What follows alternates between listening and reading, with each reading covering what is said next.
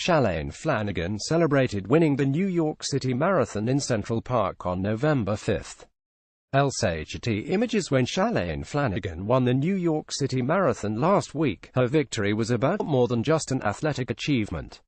Of course, it's a remarkable one. ElsaGe is the first American woman to win in 40 years, and she did so in a blistering 2 hours 26 minutes. But perhaps Flanagan's bigger accomplishment lies in nurturing and promoting the rising talent around her, a rare quality in the cutthroat world of elite sports. Every single one of her training partners, 11 women in total, has made it to the Olympics while training with her, an extraordinary feat.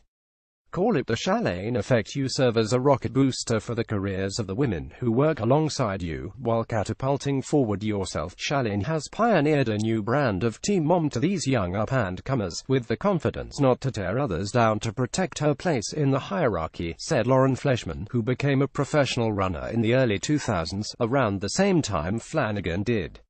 Shalane's legacy is in her role modeling, which women in every industry would like to see more of. Here's how it worked until Flanagan burst onto the scene. After college, promising female distance athletes would generally embark on aggressive training until they broke down. Few of them developed the staying power required to dominate the global stage. And they didn't have much of a community to support them. Domestic women's distance running was fractious and atrophied. In 2000, for example, only one American woman qualified for the Olympic marathon, after training alone in her Anchorage home on a treadmill. But things changed after 2009, when Flanagan joined Jerry Schumacher's fledgling running group in Portland, Oregon, called the Bowerman Track Club. She was the team's lone woman, and worked with him to create something new, a team of professional female distance runners who would train together and push one another to striking collective success. They were coached by a man and surrounded mostly by male runners, but over time Flanagan and her teammates outperformed the men in the national and global arenas. Instead of being threatened by her teammates' growing accomplishments, Flanagan embraced them, and brought in more women, elevating them to her level until they become the most formidable group of distance athletes in the nation. National championships, world championships, Olympics, they became some of the best runners in the world. One of them, Emily Infeld, joined the club in Portland after college, but developed one stress fracture after another. She contemplated quitting in 2014. That December, Flanagan took her aside for a glass of wine and a talk. "I was really struggling, I cried and told her I can't do it, my body isn't built for this," recalled Infeld. "And she totally changed my mindset. She told me that of course this was bad, but she believed I could do better. I got better, we trained together and she held me accountable. It's completely changed my career." By the following August, Infeld had become one of the fastest runners in the world, taking a surprise bronze in the 10,000 meters at the World Championships. This is not all selfless acts of mentorship. The camaraderie Flanagan has fostered with her teammates served her well. "I thoroughly enjoy working with other women," Flanagan told me. "I think it makes me a better athlete and person. It allows me to have more passion toward my training and racing. When we achieve great things on our own, it doesn't feel nearly as special." In fact, it arguably made the difference in securing her spot in the Olympics last year. On a searing day in Los Angeles at the United States Olympic Marathon Trials in February 2016, Flanagan and her teammate Amy Cragg broke away from the pack early in the race.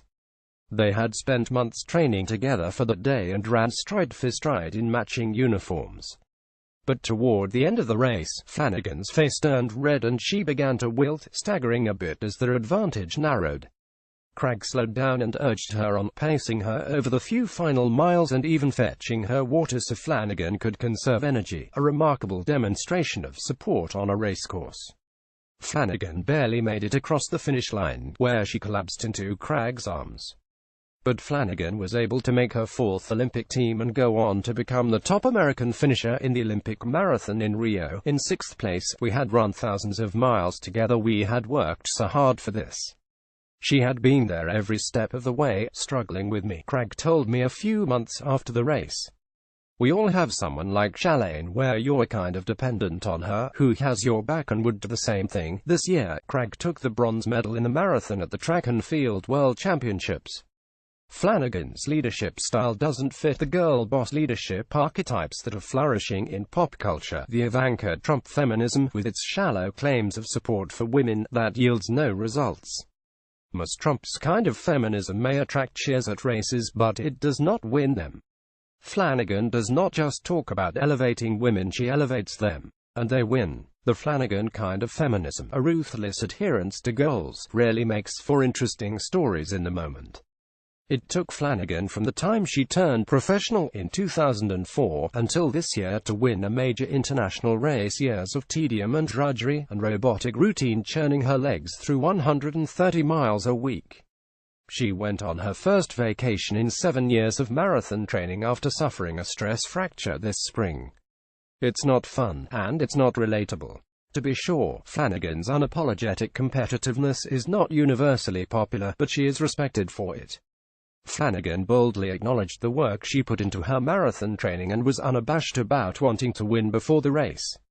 Her victory in New York involved fist-pumping and profanity-laced affirmations as she crossed the finish line in front of millions of viewers.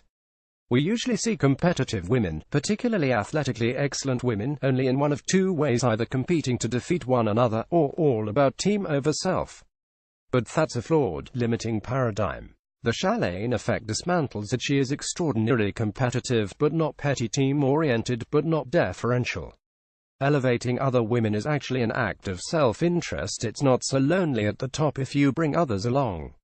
So, it was no coincidence that, with the support system she spent years building for herself, it was Flanagan who finally prevailed.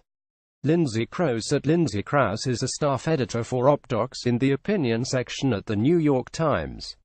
A version of this news analysis appears in print on November 12, 2017, on page State Route 5 of the New York edition with the headline "The Shalane Effect Works."